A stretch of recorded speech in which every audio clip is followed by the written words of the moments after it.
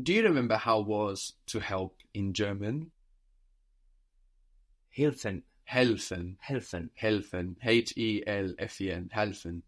In German, when you help somebody, you help to them or you help for them.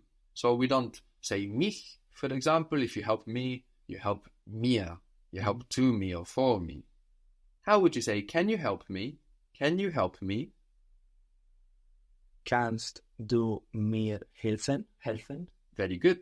Kannst du mir helfen? Can you help him?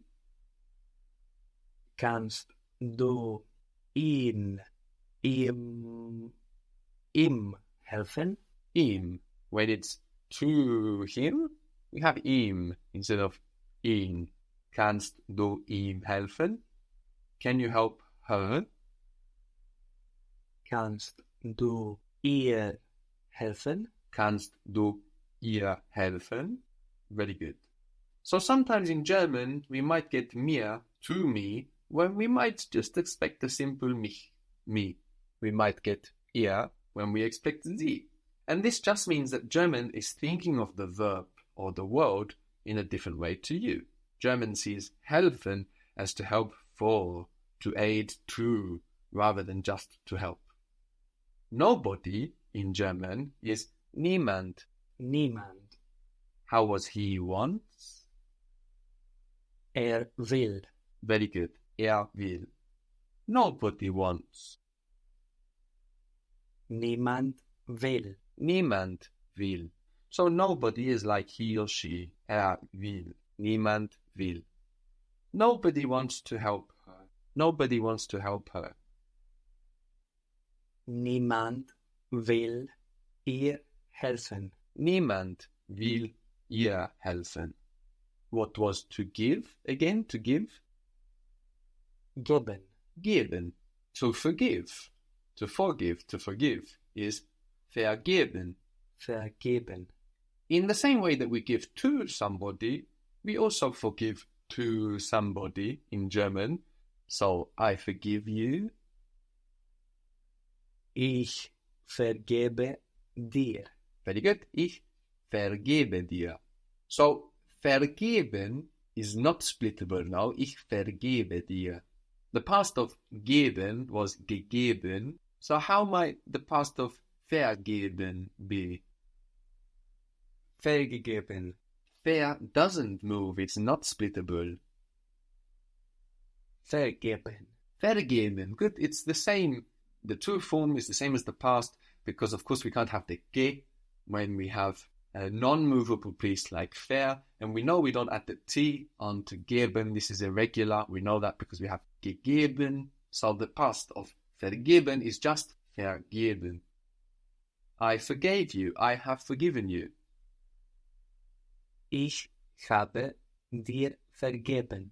Ich habe dir vergeben. To ask in German, to ask, is fragen. Fragen. What verb might this be in English if we have the P to F shift, like in help, helfen? There's another shift there too. What might it be in English? Fragen. F to P? Well, what do G's become? Y. P and Y, but pray. Pray.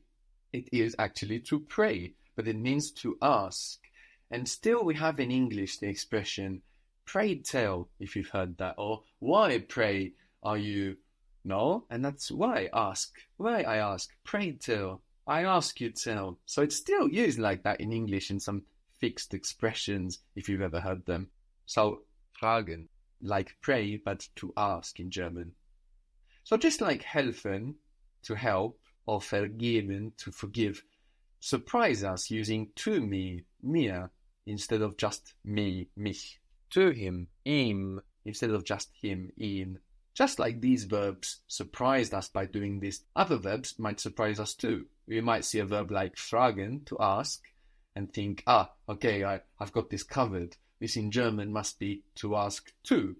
But German can surprise us. So with fragen, we don't ask to someone in the way we tell or say to someone. We just ask them. We use ihn, sie, mich, dich, those words.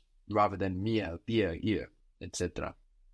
How would you say, I want to ask you something? I want to ask you something. Ich will dich etwas fragen. Ich will dich etwas fragen. I have asked you something. Ich habe dich etwas gefragt. Very good. Ich habe dich etwas or was gefragt. Nobody was. Do you remember nobody? Niemand. Niemand. So the ni at the beginning is a bit longer because we have IE, like in die, niemand. Nobody asked you. Nobody asked you. Niemand hat du gefragt. So du is when you have asked. But to ask you? Niemand hat dich gefragt. Very good. Niemand hat dich gefragt. He didn't ask me anything. Hat mich nichts gefragt. Very good. Hat mich nichts gefragt. I didn't ask him anything. Ich habe ihn nichts gefragt.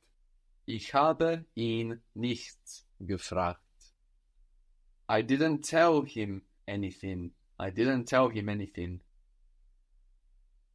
Ich habe ihn nichts gesagt. So whilst when we ask, we just ask directly somebody ihn. When we say to somebody. So we don't use ihn, but Ihm. ihm, the word that looks like him in English. So, I didn't tell him anything. Ich habe ihm nichts gesagt. Ich habe ihm nichts gesagt. So in German, when we use words like me, her, him, we need to think about if we mean just me or to me, for me. If we mean just him or to him, for him.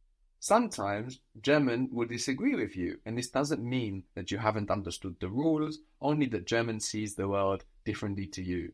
So when we come across words like mir, dir, ihr, ihm, we should make a habit of taking a moment to analyze the context in which we find them and try to figure out why these words are being used.